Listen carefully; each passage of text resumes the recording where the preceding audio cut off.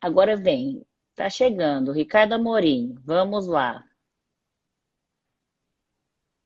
Muito bem! Tudo bom, Ricardo? Tudo, Sabrina, e você? Tudo Preciso, jóia. preciso Tudo primeiro te bom? contar uma coisa. Eu vendo você aqui virando a Ah, câmera, se atrapalhando, eu fiquei tão feliz porque eu achei que eu era o único que fazia isso. E você é o meu benchmark de Instagram. Se você faz isso, eu fico mais tranquilo, que acho que todo mundo tem o direito de fazer. Obrigado. nossa, mas eu pareço ser boa nisso. Na verdade, eu sou atrapalhada sempre. Tudo que eu faço, Ricardo, parece que é sempre a primeira vez. Parece que eu tô sempre começando, apesar de já ser macaca véia aqui no assunto, entendeu? Ô, Olha, Ricardo, se você Rica- parece ser boa nisso, eu queria saber quem é bom nisso, então. Ô, Ricardo, primeiro eu quero te agradecer, tá? Por ter aceitado aqui, tirar nossas dúvidas todas. Muito obrigada. Eu sei que você está trabalhando muito nesse período, né? Está trabalhando bastante. Imagino que deve estar uma loucura para você. E como que você está nesse período de pandemia? Todo home office?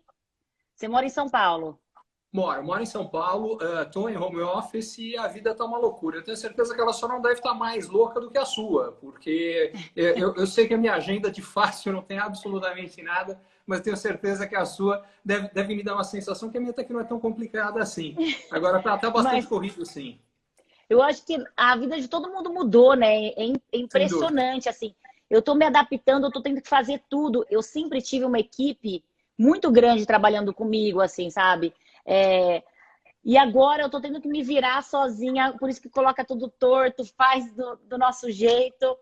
Mas a gente está se ajeitando, a gente se adapta, né? A gente se reinventa o tempo todo. Ô, Ricardo, eu preparei um monte de perguntas aqui, Que porque medo! assim, é porque tenho, eu fui tentar ouvir muita gente que tá com dúvidas, muitos amigos, muitas pessoas conhecidas, e aí eu fiz algumas perguntas aqui para você, ó. Legal. A primeira que eu queria saber é assim, ó. O brasileiro é muito solidário, né? E as grandes empresas, elas fizeram um papel social com grandes doações. Eu estou acompanhando as doações que as grandes empresas estão fazendo. Essa atitude pode contribuir de alguma forma à economia? Demais, À eu acho que ela não vai recuperação da contribuir. economia? Ela ajuda a economia, sem dúvida nenhuma, ela é importante, mas eu acho que ela é até mais importante do que o impacto econômico que esse tipo de atitude tem, é o impacto de sociedade. O que eu quero dizer com isso aqui é o seguinte: é, nada une mais as pessoas do que sentir que nos momentos mais difíceis elas estão remando no mesmo barco. A pior coisa que a gente pode ter, e diga-se de passagem, infelizmente a gente está tendo isso por parte da nossa classe política, é a sensação de que alguns estão livres das dificuldades e outros estão tendo que carregar uma parte maior do fardo. Então, quando grandes empresas, e as pessoas, que não são só as grandes empresas, têm doado muito, é verdade, tem tido muita doação de grandes empresas, mas as pessoas físicas já doaram mais de R$ 1 bilhão no Brasil. Gente que nem todo mundo, gente que nem a gente, todo mundo É verdade. participando e ajudando. Então, esse ato de A classe solidariedade, artística também está fazendo um trabalho sem dúvida, excelente, os sem dúvida. cantores todos fazendo suas lives. Eu consegui muitas doações também com empresas, e eu fiz para ONGs, para várias comunidades. Mas eu senti isso desde o início, né? Tá todo mundo se movimentando. Então, e eu acho que isso é muito bacana. E para falar a verdade, o que eu tenho sentido falta é exatamente a contribuição do nosso setor público e particularmente da classe política. Quer dizer, os políticos não abriram mão do fundo eleitoral, não abriram mão do fundo partidário, não tiveram redução de salários, ao contrário do que a população no setor privado, ou muita gente também que acabou até perdendo emprego, que é pior do que redução de É, salário. Então, o que eu senti é que está faltando um último elo dessa cadeia. Mas o fato é que o Brasil como um todo tem se mostrado muito solidário, isso é importante. Eu também participei de uma série de atividades, até eu lancei uma coisa. Vou acompanhei. aproveitar, como você tem um público grande, vou aproveitar e jogar por aqui, que é exatamente a ideia de que a gente tem que ter o contágio do bem. E a ideia é muito simples. O vírus, no começo, quando a gente ainda não tinha feito isolamento social, tomado medidas para reduzir, cada pessoa, em média, contaminava mais duas e meia, mais ou menos. E eu falei, vamos ganhar do vírus, vamos contaminar 3, mas com solidariedade. Então, a ideia é muito simples. Faça uma coisa, pode ser pequenininho, que for legal, para 3 pessoas que seja. E peça para cada uma delas fazer para mais 3. Se isso aqui começar a crescer, a gente contamina o Brasil inteiro e é o que eu espero. Que legal! Muito então, legal. Tá tudo bem. Ô, Ricardo, eu tô acompanhando. E hoje é o Dia Mundial da Doação. Hoje é dia 5 é o dia da doação. Então, acho que todo mundo pode fazer a sua parte, pode ajudar. É muito importante, né? Ô, Ricardo, outra coisa que eu ia te falar. Eu sou neta de imigrantes, né? Tá na minha cara. Japonês, libanês e suíço. Ou seja, eu tenho uma avó suíça, um avô libanês e um avô japonês. Então, eu sou neta e filha de comerciantes, dos pequenos comerciantes, dos pequenos empresários, daqueles assim que trabalham hoje para poder pagar a escola do filho, trabalham hoje aqui para poder ganhar e poder pagar, entendeu? Ganha e paga, ganha. Como que esse pequeno empresário, esse pequeno comerciante faz para não quebrar nesse momento? Eu acho que a primeira coisa é reconhecer o quão difícil está para essas pessoas. Eu acho que a gente tem que ter empatia e entender que a situação de muita gente no Brasil, não só deles, na realidade difícil ficou para todo mundo, mas para alguns ficou mais difícil do que para outros. Particularmente para o pequeno empresário que não tem folga de caixa, é o que você falou, o dinheiro que entra hoje paga a conta de amanhã. Não tem folga. Ele tem que fazer 2 grandes exercícios. O primeiro é tentar manter os custos dele o mais baixo possível. Como é que ele faz isso? Cortando tudo que não for essencial, tentando postergar pagamentos. Que pagamentos ele pode postergar? O primeiro deles é imposto. O governo passou uma série de medidas que ele pode deixar para pagar. Ele vai ter que pagar o imposto do mesmo jeito, mas pode deixar para pagar mais para frente. Ele tem esse dinheiro hoje. Então isso é importante. Tentar buscar as linhas de financiamento que ele tem direito, linhas bancárias e até outras fontes. Uma das várias iniciativas que eu tenho apoiado é uma que é chamada Iniciativa 2020, que a ideia é exatamente ajudar os pequenos empresários com 2 coisas: acesso a crédito e também qualificação. Porque a carta de crédito deles é menor.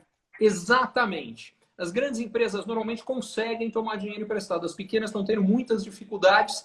E essa iniciativa é legal porque o que ela faz? Ela pega dinheiro de gente do setor privado, pega dinheiro de empresários grandes para ajudar a financiar os pequenos. Porque a verdade é que os grandes, os pequenos, antes de mais nada, o Brasil e qualquer país do mundo vive desses pequenos empresários. Então não é só você não, Sabrina, é todo mundo.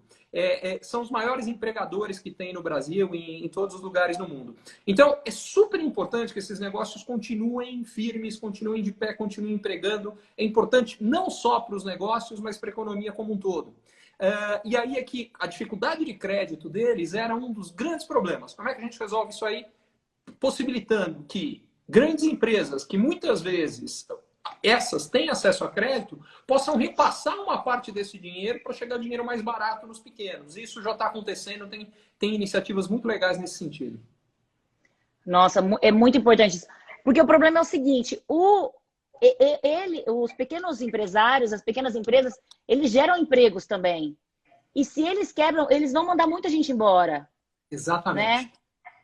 E essa pessoa...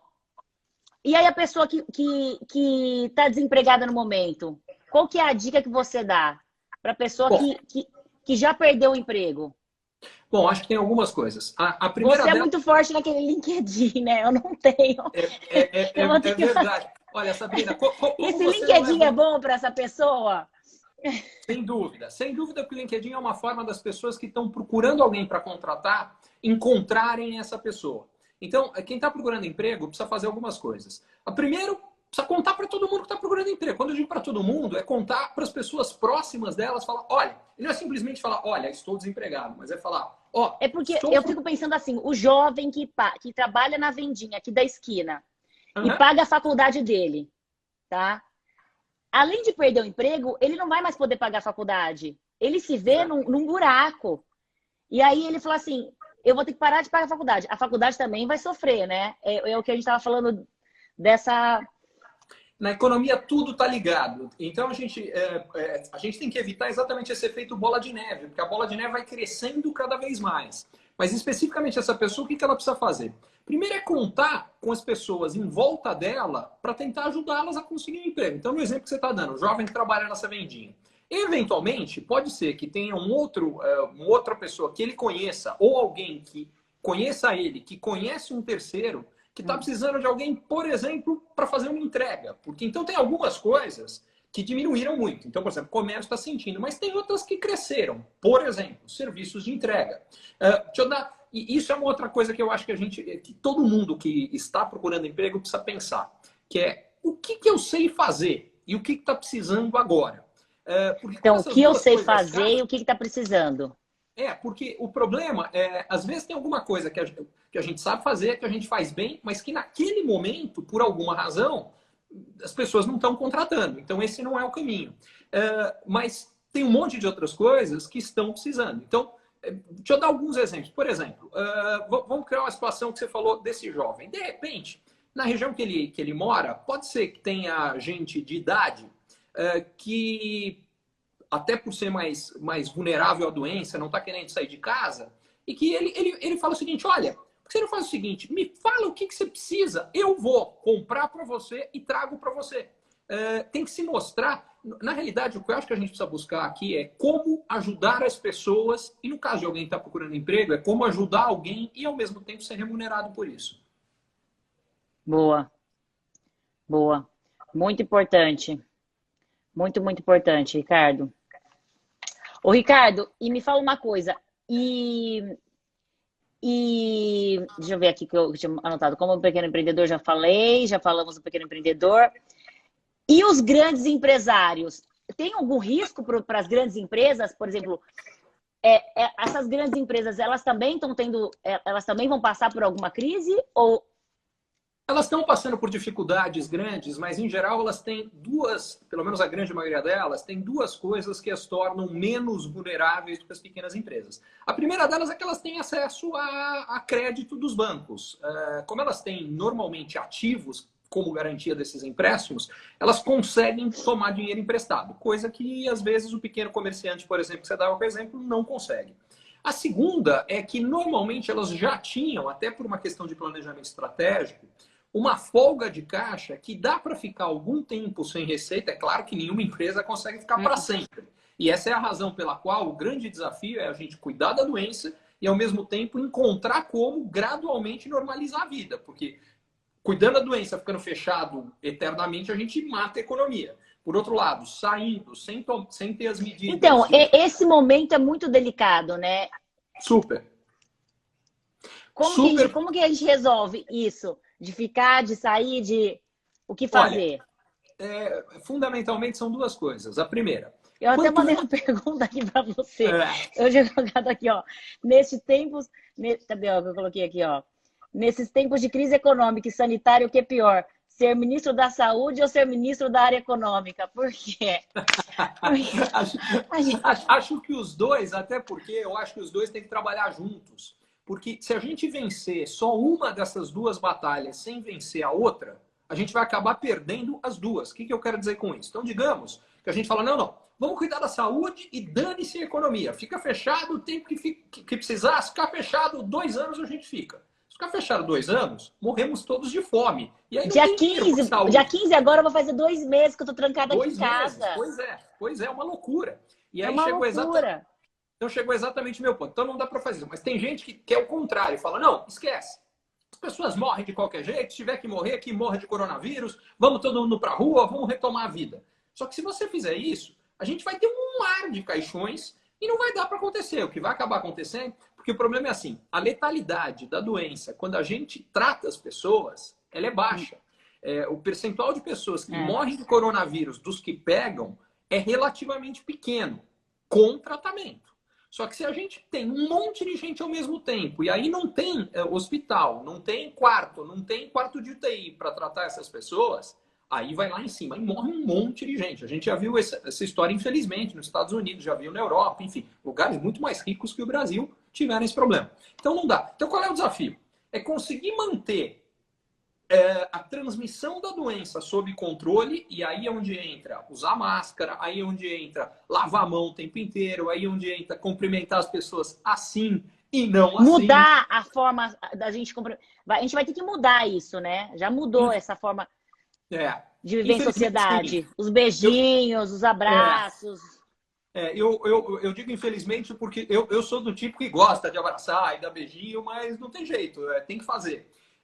Então, essa é a primeira coisa. E a segunda, a gente precisa testar muita gente e monitorar as pessoas. Porque usando, por exemplo, celular, dá para... Então, sei lá, descobrimos que eu tô com coronavírus. A partir daí, pelo celular, a gente consegue saber com quem eu tive contato desde que eu já peguei o vírus. E com essa informação, a gente consegue avisar para essas pessoas ficarem em quarentena, verificarem se tem alguma coisa, enfim. Então, se a gente avançar bastante em testar e monitorar, a gente depende menos de ter que ficar em casa. E aí a gente pode ir abrindo a economia. Então, o caminho é esse, é avançar em testar e monitorar, manter sob controle a transmissão da doença e ir abrindo gradualmente. À medida que a gente for abrindo, o que vai acontecer? Vai ter momentos que vai subir um pouco. Ah, não, então agora segura um pouco. E as pessoas do grupo de risco continuam em casa. Bom, essas vão ter que tomar mais cuidado por mais tempo. Essas, quando você brinca, fala, olha, já passaram 2 meses, essas vão ter que ficar alguns mesinhos a mais, eu temo, até que a gente tenha um tratamento super eficiente, que a gente ainda não chegou lá, ou uma vacina. A gente vai acabar tendo uma ou as duas coisas, mas ainda vai demorar mais um pouco. A Karina mandou uma pergunta aqui, ó. Quanto tempo o governo aguenta recebendo menos impostos e com o suporte dos salários às empresas? Olha, esse é um dos problemas que a gente tem. Então, da mesma forma que as famílias ou as empresas, os negócios, a vendinha, ele tem um limite de dinheiro que ele consegue ficar sem receita, o governo é igualzinho. Então, o que está acontecendo? A economia piora, cai a arrecadação de imposto. Ao mesmo tempo, o governo está gastando muito mais com esse monte de programa, seja para ajudar a empresa, seja para ajudar as pessoas, seja para evitar quebradeira, enfim. Até gasto a mais com saúde. Então, o grande problema é que isso tem limite. E volta na história do porquê a gente tem que encontrar formas, sim, de reabrir a economia. Mas tem que fazer isso tomando cuidado. É verdade. Tomando cuidado. Ô, Ricardo, você falou do pequeno comerciante, do pequeno empresário e dos médios também. Eu, por exemplo, tenho muito contrato com os médios, com empresas médias, empresas familiares. Os que não se adaptaram, não se reinventaram, não vendem ainda online. O que eles precisam fazer nessa hora? Como eles vão fazer essa mudança no meio dessa pandemia, com tudo fechado? Como que eles fazem? Olha, são várias coisas que eles têm que fazer. Uma delas é se adaptar e vender, mas não é só vender online, tá? Vender online, sem dúvida, tem que ser parte da estratégia. Eles têm que incluir isso. Até porque uma das coisas que eu acho que vai acontecer, Sabrina, é que como a gente está ficando muito tempo em casa e se acostumando a comprar mais online, ou até gente que nunca tinha comprado online e agora comprou, tá bom. Eu vou falar uma coisa pra você. O Duda só faz compra online, só que ele é viciado em compras online. Então, tipo assim, ele todo dia chega a Amazon aqui em casa. A gente tá viajando, qualquer hora chega a Amazon, chega Mercado Livre, chega não sei o que. Então, eu sempre convivi com isso, mas eu mesma nunca comprei online, eu nunca tinha comprado. Eu baixei todos os aplicativos, eu fico o dia inteiro, eu vou deitar na madrugada. A minha irmã e meu irmão, eles que cuidam da minha parte econômica, de tudo. Eu sou bem leiga no assunto. E aí, eles ficam cuidando dos meus gastos. Aí a Karina, Sabrina, eu acho que eu vou bloquear o seu cartão. Fizeram muitas compras no seu cartão na madrugada. Eu falei assim, fui eu. Porque eu comecei a comprar e vi que era fácil. E vi que chegava rápido. Eu achei o máximo. Então eu comecei a comprar direto. E como você, muita gente teve a mesma experiência. E exatamente por isso que os médios precisam ter os seus negócios online. A segunda coisa que eles precisam encontrar é parcerias que possam fazer com que eles vendam. Então, eu vou dar um exemplo de uma coisa que está acontecendo. Aonde as pessoas continuam indo ao supermercado. Isso ainda tem muita gente indo ao supermercado. Então, o que aconteceu? O supermercado fez acordos. Por exemplo, outra coisa que é uma situação que você tem e eu também. Criança em casa. Então, você tem brinquedo. Então, o que aconteceu? A ReHap... Ai, manda um beijão para sua esposa. Eu acho ela maravilhosa. Somos dois que achamos. Eu também acho. Linda Diga-se de demais. passagem, aproveitando, deixa também um abração para o Duda. É um E, mas, o que beijo eu, sim, mano. mas o que eu Ele tá aqui dizia assistindo a gente. é isso aí, ela está assistindo também. E ela, mas o que eu falava é que o que esses médios precisam fazer é buscar parcerias, eventualmente, para que as pessoas possam encontrar os produtos deles onde elas estão indo. Esse é um outro caminho que dá para médios ou pequenos encontrar o que fazer. Por exemplo, deixa eu dar uma dica para os pequenos, porque vários deles falam, pô, mas eu não sei como é que eu vou montar uma loja online. Já tem um monte de iniciativas ajudando a fazer isso, inclusive de graça. Então, procure na internet como montar loja online que você vai encontrar. Eu sei que o Sebrae tem uma, mas tem várias outras sendo feitas para ajudar as empresas a poderem fazer isso acontecer. Então, E isso é dá uma das para coisas que fazer eu isso, acho. essa mudança dá para ser de uma forma rápida e Eu acho que fidelizar o cliente também. é isso aí. Até porque eu acho que tem duas coisas, tá? Primeiro, uma das coisas legais de ter essa presença online é que você começa a ter um monte de dados sobre o seu comprador. Por exemplo, esse monte de compra que você fez na madrugada aí, que as lojas agora já sabem, eu desconfio, Sabrina, que agora o seu telefone vai começar a tocar um monte de aviso de madrugada, porque eles sabem que esse é o horário que você compra, porque Ah, provavelmente a sua filha mantém você acordada. Então, o resultado disso aqui é que eles vão começar a te mandar um monte de coisa. Olha, já que você gostou disso, nós temos não, eu isso. fui comprar essa luz aqui para colocar aqui. Agora só aparece luz no meu Instagram, só aparece luz. Pois é. Só, só Ô, aparece luz ô, para comprar. olha, Sabrina, então depois essa é uma outra. Quando a gente sair daqui, você vai me dar uma dica de que luz é essa que você comprou, porque a sua luz está ótima, a minha está Só péssima. deixa... Eu comprei errado pela internet, a minha. Então você vai me ajudar com isso depois, mas isso é uma outra história. Tá ótimo. O Duda mandou uma pergunta aqui. Todo mundo, você não tem noção, Ricardo, quando eu falei que que eu ia te entrevistar, todo mundo mandou tanta pergunta, por isso que eu tô aqui com um monte de papel. Que é muita gente Vamos que manda lá. pergunta aqui. Para quem tem aquele dinheirinho guardado, agora é hora de investir na baixa ou o quê? Calma aí. Na baixa ou poupar por segurança? Olha, O Lucas Cecílio está perguntando. muito bacana a pergunta e depende de um fator muito simples, que é, você acha que você vai precisar logo desse dinheirinho?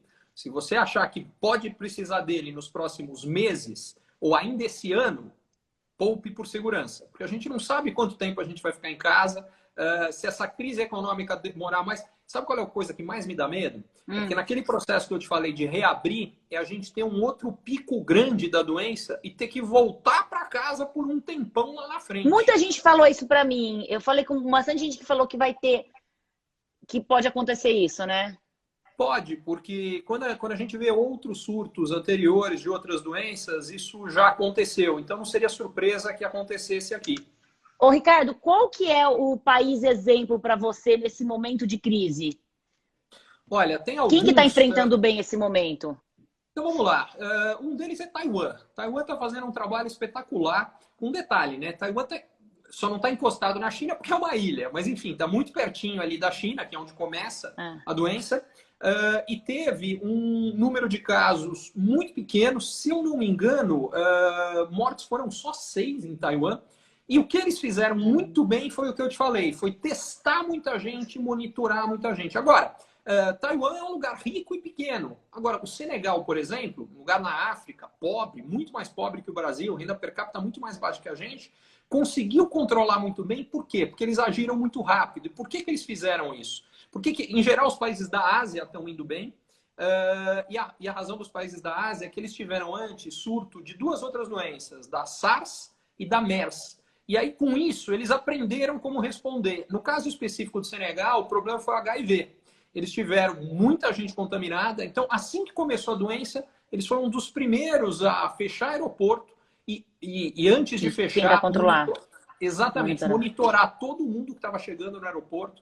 Desenvolveram vários desses ventiladores meio que caseiros, muito baratos, porque lá basicamente eles não tinham os ventiladores que são necessários quando o paciente tem que ser entubado. Então eles encontraram formas de poder tornar o tratamento acessível para mais gente e estão indo bem. Então tem vários países que eu acho que estão fazendo um bom trabalho.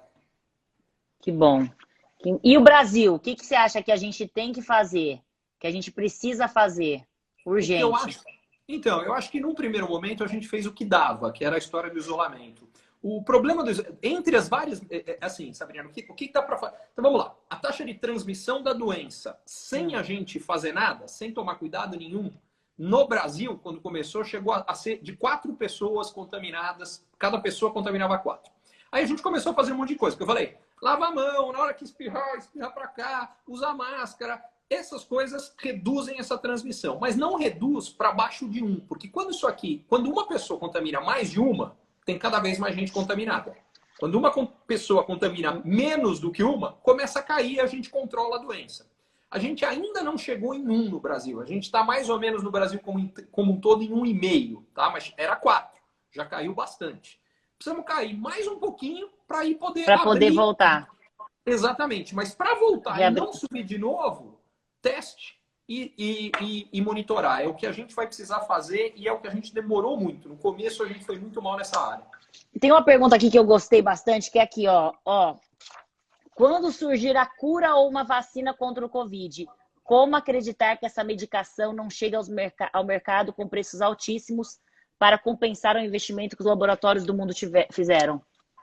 Eu acho que desse caso vai ter um movimento global de países, da própria Organização Mundial da Saúde, e os próprios laboratórios não vão ter interesse em querer extorquir ninguém, porque eu acho que o custo de... O laboratório até poderia ganhar mais com esse produto, mas em compensação ele ia ser boicotado dali para frente, para tudo. Deixa eu aproveitar essa pergunta e tocar um ponto que eu acho que é importante, como mentalidade para empresas grandes e que não correm o risco de deixarem de existir, de falirem agora com essa crise. Para essas empresas que o fluxo de caixa não vai determinar a sobrevivência delas, e vale o exemplo para os laboratórios, muito mais importante do que o resultado que elas vão ter agora, na minha opinião, é o que elas vão fazer de fato para beneficiar a população. Por uma razão muito simples. Esse problema do coronavírus ele é grave, ele é chato, mas ele vai passar.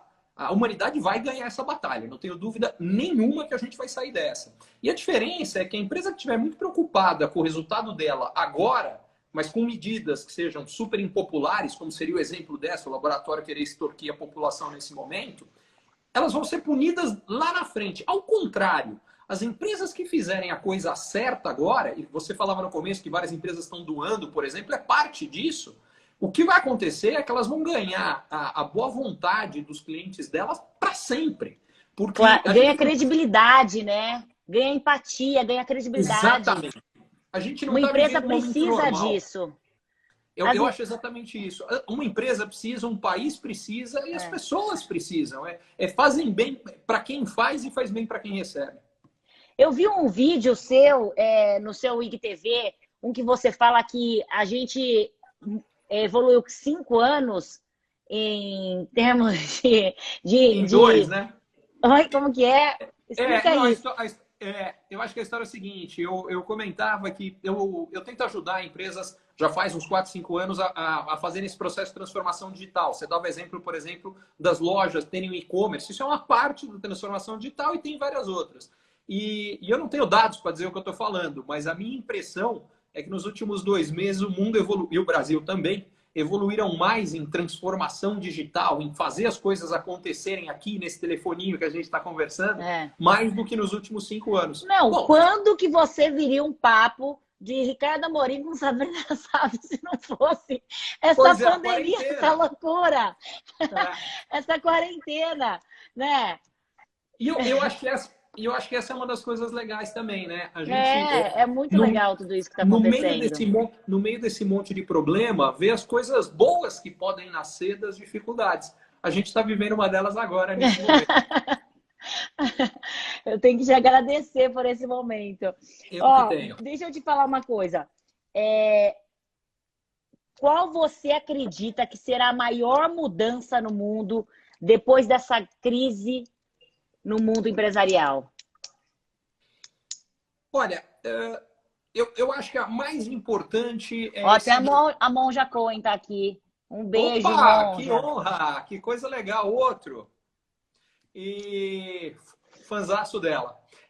Eu acho também. que a mais importante talvez seja a que eu acredito, que eu tenho certeza, não sei se é a mais importante, mas a mais garantida é exatamente esse processo da gente se familiarizar mais com o que pode ser feito no mundo digital. A mais importante, a que eu mais gostaria, mas eu não tenho certeza que ela vai acontecer, eu acho que ela vai acontecer para algumas pessoas, acho que não vai para outras, eu não sei como vai ficar para a humanidade como um todo. Tomara que aquelas para quem vai acontecer sejam mais e mais fortes, mas é a gente passar a olhar para a humanidade, para o planeta de uma forma diferente. Quer dizer, o que eu acho é que as crises, elas sempre são uma chance de aprendizado. E se É o a lado gente bom, não né, da aprender, crise. a gente vai repetir as crises. Então, o que eu espero é que a gente aprenda com elas. Então, tem muita coisa que eu acho que a gente pode fazer muito melhor. Para dar um exemplo básico, tá? O mundo gasta com preocupações militares, bélicas, um número que é centenas de vezes maior do que era gasto com prevenção de epidemias como essa. Faz sentido? Então, só para dar um exemplo. É muito punk, né? Muito punk. A Feti colocou aqui, ó. A Feti é uma marca de roupa. Ela trabalha com moda aqui no Brasil, uma marca muito grande. Quanto tempo você acha que a economia vai demorar para voltarmos ao estágio que nós estávamos? Quando que a gente vai conseguir voltar? Olha, é difícil saber por não saber o risco de eventual um segundo surto. Vamos assumir que não vai ter segundo surto. Se isso não acontecer, eu acho que entre o final desse Se isso ano... não acontecer, e voltando quando a trabalhar? E voltando quando? Eu acredito que a gente volta a trabalhar entre final de maio e início de junho. Eu acho que as coisas vão estar começando. Não é que vai estar tudo normalizado, mas já vai estar num processo maior de normalização. E aí o que eu acho é isso, essas duas coisas sendo verdade, eu acho que entre o final desse ano, começo do ano que vem, a gente já está onde estava lá. Agora, isso assume que a gente não vai ter um surto grande. Se tiver, é só em algum momento no ano que vem, na melhor das hipóteses. Muito bem. Gente, não vai ser fácil, não. Eu separei para você, para fazer com você um... Eu não sei se você... Um ping-pong. Fantástico, ótimo. Sabrina, deixa eu aproveitar do ping-pong. Eu vou até te contar uma divertida aqui. Uma das coisas, falando das mudanças boas que aconteceu aqui em casa, é um ping-pong. A gente comprou uma mesa de ping-pong. Eu tenho 2 filhos pequenos, de 7 e 9 anos, e o que a gente resolveu fazer para brincar e ao mesmo tempo se mexer e criar uma dinâmica na casa legal foi a gente comprou uma mesa de ping-pong e tem jogado ping-pong todo dia. Então vamos pro nosso ping-pong agora. Que massa! Gente, vocês compraram uma mesa de ping-pong, muito legal! Pois é. Muito legal! Muito bom! O que mais você tem feito com as crianças? Porque não é fácil, gente. Para eles, eu não sei como que vai ser depois, né? Vocês estão tentando fazer aquele homeschooling, né? Estão tendo que estudar de casa, as lições. Minha irmã chorou outro dia, minha irmã me ligou chorando, falando, não estou dando conta. Olha, aqui em casa, quem tem feito isso 99% das vezes é a minha esposa, e ela de vez em quando também tem a mesma sensação, e ela escuta a mesma coisa das amigas. Quer dizer, é difícil para todo mundo, porque o que aconteceu é que as escolas tiveram que fazer essa transição para esse homeschooling sem preparação nenhuma. Então, o que aconteceu é que, na prática, transformou as pessoas em casa, em parte, nos professores. E os próprios professores não estavam preparados para essa mudança. Não é que eles não tenham capacidade de fazer, mas eles não foram preparados para isso. Então, isso as escolas não estavam nem um pouco preparadas, né? E não é só isso, complicou a dinâmica de todo mundo. Então, o que está acontecendo? As pessoas estão em casa tendo que cuidar da casa, dar aula junto para as crianças, porque principalmente quem tem filhos pequenos, como é o meu caso, quando você tem filhos mais velhos, eu acho até que, diga-se de passagem, aí eu acho que esse processo de ensinar à distância funciona super bem. Agora, quanto menor é a criança, mais complicado vai ficando. E mais os pais têm que se envolver com isso, enquanto estão trabalhando também, enquanto estão cuidando da casa. Então tá um período complicado para todo mundo. Então eu entendo perfeitamente a sua irmã. Você acha que essa história do home office, que está dando super certo, tá todo mundo aprendendo a trabalhar de casa, todo mundo... Você acha que também já pegou, já teve essa mudança? É um caminho sem volta? Eu acho que em parte sim. Eu já escutei de gente que falou que não volta nunca mais para o escritório, que vai ter o escritório em casa e que eu também todo. Eu também. Uma das coisas que eu que tem que se organizar, né? Tem que se organizar, tem que ter horários. É. acordar, tem que tirar o pijama, não dá para trabalhar de pijama o dia inteiro. Então, e o que eu acho que é a grande bênção, e você deve estar vivendo isso também, é poder conviver com os filhos, né? Muito É, mais. Então, eu acho muito que mais. isso é super valioso. Então, eu acho que esse é o aspecto mais legal. O mais difícil é o que você falou, é que fica uma bagunça. Então, você falou que você está gravando no camarim, então tem a história, daí tem a sua filha que está chamando. No meu caso, é mais ou menos a mesma história, os meus filhos batem aqui. Então, eu, por exemplo, estou gravando agora do escritório. Porque nesse horário, pô, a sala, eles estão usando, então uma zona lá, então não tem a menor chance. E por outro lado, o meu escritório, durante o dia, que eu preciso usar para um monte de coisa, eu não consigo, porque eles estão tendo aula no meu escritório. Então aí eu estou me virando para poder trabalhar. Então é assim que funciona. Mas dá tudo certo, mas dá tudo certo. Sem Ó, dúvida. vamos lá, deixa eu pegar. Tá aqui no celular da minha mãe. Eu vou pegar aqui o, O ping-pong. o ping-pong. Ah, minha mãe tinha largado na live, ela tava assistindo. O que o meu tá aqui fazendo, aí eu coloquei no da minha mãe. Tá Vamos certo. lá. Não sei se você já fez, se você é bom nisso. Eu sou péssima, porque eu demoro para responder. Vamos ver. Vou tentar ser o melhor possível. Um filme ou uma série que você está vendo na pandemia, e Vamos pode indicar lá. pra gente?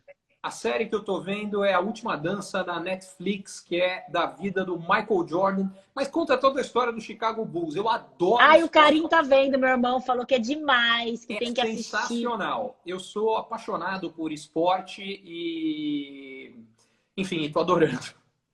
Tem uma que é muito boa, que você vai adorar, que chama Método Kominsky. Não sei se você já viu, do Michael Douglas. Não, eu não vi. Não vi, não. Assiste, que vale muito a pena. É, Legal, vou atrás. é super leve, divertida, da Netflix também. Método Kominsky. Depois Não, e coisa assiste, que leve vale. agora é o que a gente precisa. Você viu aquela Você assistiu a do Tigre? A do. Ai, como que chama? A que o cara coleciona tigres. É uma Não, série do Netflix. não. Você tem documental. Você tem que assistir. O cara causou tanto que Aham, até o Trump foi tentar. Parece que ficou sabendo da história dele, porque ele tá preso, o cara, agora. Tá dando sei. spoiler. Aham. O cara existe, ele tá preso. Você tem que assistir essa. É muito boa. Eu esqueci o nome dele. Só que é o maior sucesso. É o maior sucesso. Tanto é que eles continuaram, eles fizeram uma continuação agora na pandemia. Sei. Por Você sabe que lives. eu, você sabe que eu tento fugir das séries, porque eu sou daquele tipo que começa a ver e fica viciado. É, Então eu evito ver, porque agora, por exemplo, essa da Netflix, não, quando vem o próximo episódio, eu já tô nessa loucura. Então, mas eu essa aí tento vale muito a fugir pena, essa desse. que eu tô te falando. Vê com É. a Fê depois. Um ídolo. Um ídolo? Ah, eu tenho vários, mas eu diria de bate-pronto Gandhi. Nesse Eu momento, tenho, nesse momento, então, ele eu acho é que um nesse momento, grande. mais do que nunca, é interessante falar do momento, porque acho que mais do que nada, a gente precisa de líderes que unam as pessoas e que não dividam. E o que eu tenho visto no mundo, no Brasil também, são mais divisões. E a gente precisa de gente que tenha o espírito de falar: nós, humanidade, estamos juntos nessa guerra. O inimigo é comum, o inimigo é o coronavírus, o inimigo não é quem pensa diferente de você, o inimigo não Mais do que é nunca, né? exatamente. Gandhi. Boa, Ricardo. Uma inspiração. Uma inspiração. Esporte. Esporte me inspira a. Primeiro, me energiza, me faz bem. O que que você Segundo, faz? O que que você gosta de esporte? tudo que você possa imaginar eu já fiz. Mas Ah, é? ultimamente o que eu não estou fazendo, mas que eu talvez eu mais tenha feito é nadar. Então, uma pessoa, por exemplo, que me inspira é o Michael Phelps. Mas deixa eu pegar os dois Michaels, vai? O Michael Mas, Jordan e o Michael Phelps. O que me inspira neles é que, ao contrário do que as pessoas normalmente acham, nenhum dos dois nasceu com aquele talento que eles nasceram para fazer. As pessoas se tornaram isso porque, primeiro, elas tinham algum talento, mas mais do que isso, elas tinham pela dedicação, foram atrás e fizeram acontecer. Gente que nem você, perseverança. assim, que o talento é natural, que vem assim, não é fácil, não. E eu sei que no seu caso também eu sei o quanto você trabalha para fazer isso acontecer. Mas a maioria ainda tem que trabalhar mais ainda, porque não veio com esse É, talento todo pronto. Esse carisma é todo verdade. natural. Ai, obrigada, obrigada. Eu gasto muito com... Com o que você gasta? Puxa, que pergunta difícil. Eu não sou de gastar muito. Os Comida. filhos, né? Eu gosto de comer bem. Comida. Comida. E o que você jamais gasta? Com o que você não gasta de jeito nenhum? Ao mesmo tempo que não tem coisa que eu gasto muito, não tem muito isso de com isso eu não gasto, não. Eu tento lidar com naturalidade com o dinheiro. Com o que eu jamais gasto? Deixa eu pensar. Não sei, me pegou. Ó, o Beto Pacheco aqui. Ricardo, sou seu fã. Todo mundo mandando aqui mensagem. Então tá, então vamos continuar. Hábito saudável. Você falou do esporte, né? Esporte, eu tenho vários. Esporte, meditação. Você medita Medito. há muitos anos já? Olha, que eu comecei a meditar faz mais do que eu vou querer te contar. Mas que eu tenho meditado agora na sequência, acho que faz uns 4, 5 anos. Mas na realidade, acho que a primeira vez que eu comecei a meditar, devo ter meditado por uns 2 ou 3 anos, depois acabei parando. Já está fazendo, acho que uns 20 aninhos essas alturas. Gente, eu preciso começar, porque eu sou super desconcentrada. Eu tenho que fazer de todo jeito. Todo Então, mundo eu já me sou indicou. hiperativo também. Então, para mim não é fácil, não. Meditar é difícil para burro, mas é É, algo que me ajuda a ficar um pouco mais centrado, um pouco mais tranquilo. eu E eu preciso tenho a impressão começar. que você está meio agitada. Eu sou super agitada, eu preciso começar urgente. Todo mundo fala para eu fazer. Ai, começa, chama alguém, chama a professora. Tem professoras de meditação que já me chamou para me dar aula, vou começar. Eu, Aí eu eu, falo, não, vou começar, vou começar. olha, nos últimos anos eu uso um aplicativo que para mim funciona super bem, chamado Calm, se você quiser Que vai com experimentar. uma meditação guiada. Exatamente. E elas são Como que curtas, chama? então também é Calme. mais fácil. Calm, é. Ah, eu acho que eu tenho, eu acho que eu Calm. baixei. Eu baixei. Eu baixei, só não uso. Aí não resolve muito. Não, o meu irmão, Ricardo, ele estava tão paranoico quando começou tudo isso, já que ele que cuida dos meus gastos, de tudo, que ele falou assim: apaga tudo que você não usa no seu celular. Cancela todas as assinaturas que você também não usa. Parou com esses gastos todos. Mas é verdade, um pouquinho que a gente vai, né, enxugando já faz a diferença. Vamos lá. País para viver. Brasil foi o que eu escolhi. Eu já morei fora do Brasil 2 vezes. Morei na França, morei nos Estados Unidos e voltei as 2 vezes porque o país que eu quero viver é o Brasil. Tô feliz aqui, tô perto da minha família, adoro o nosso clima. Claro que aqui tem problemas, todos os lugares têm, mas é o país que eu quero viver. Que bom, que bom. A gente fica feliz. E a sua maior riqueza? Qual que é a sua maior riqueza? Sem nem ter que pensar, minha família, meus filhos, minha mulher, os meus pais. Essa tá fácil. Ricardo, antes de agradecer, eu quero que você responda só isso aqui para mim, ó. Que grande lição esse momento vai deixar para o mundo e que erro a humanidade nunca mais pode cometer depois Começar pela disso tudo. segunda, que eu acho que ela é mais fácil. E eu acho que o erro é menosprezar avisos que a gente não entende. Então, muita gente tinha alertado que o maior risco para a humanidade não era uma guerra, não era uma guerra comercial, que o maior risco era uma pandemia. Talvez o alerta mais famoso é o do Bill Gates, que foi em 2015, mas vários outros epidemiologistas já tinham feito alertas parecidos. Por que não deram bola? Porque as pessoas que não sabem como aquele alerta, como as pessoas que fizeram o alerta chegaram àquela conclusão, acham que é um grande chute. Então, quando eles falam isso, falam, mãe de Ná, o que é isso? Imagina, não tem como saber, é bobagem. E aí elas não agem. E o que eu espero é que a humanidade nunca mais cometa esse erro de não escutar alertas de pessoas que conseguiram ver mais longe.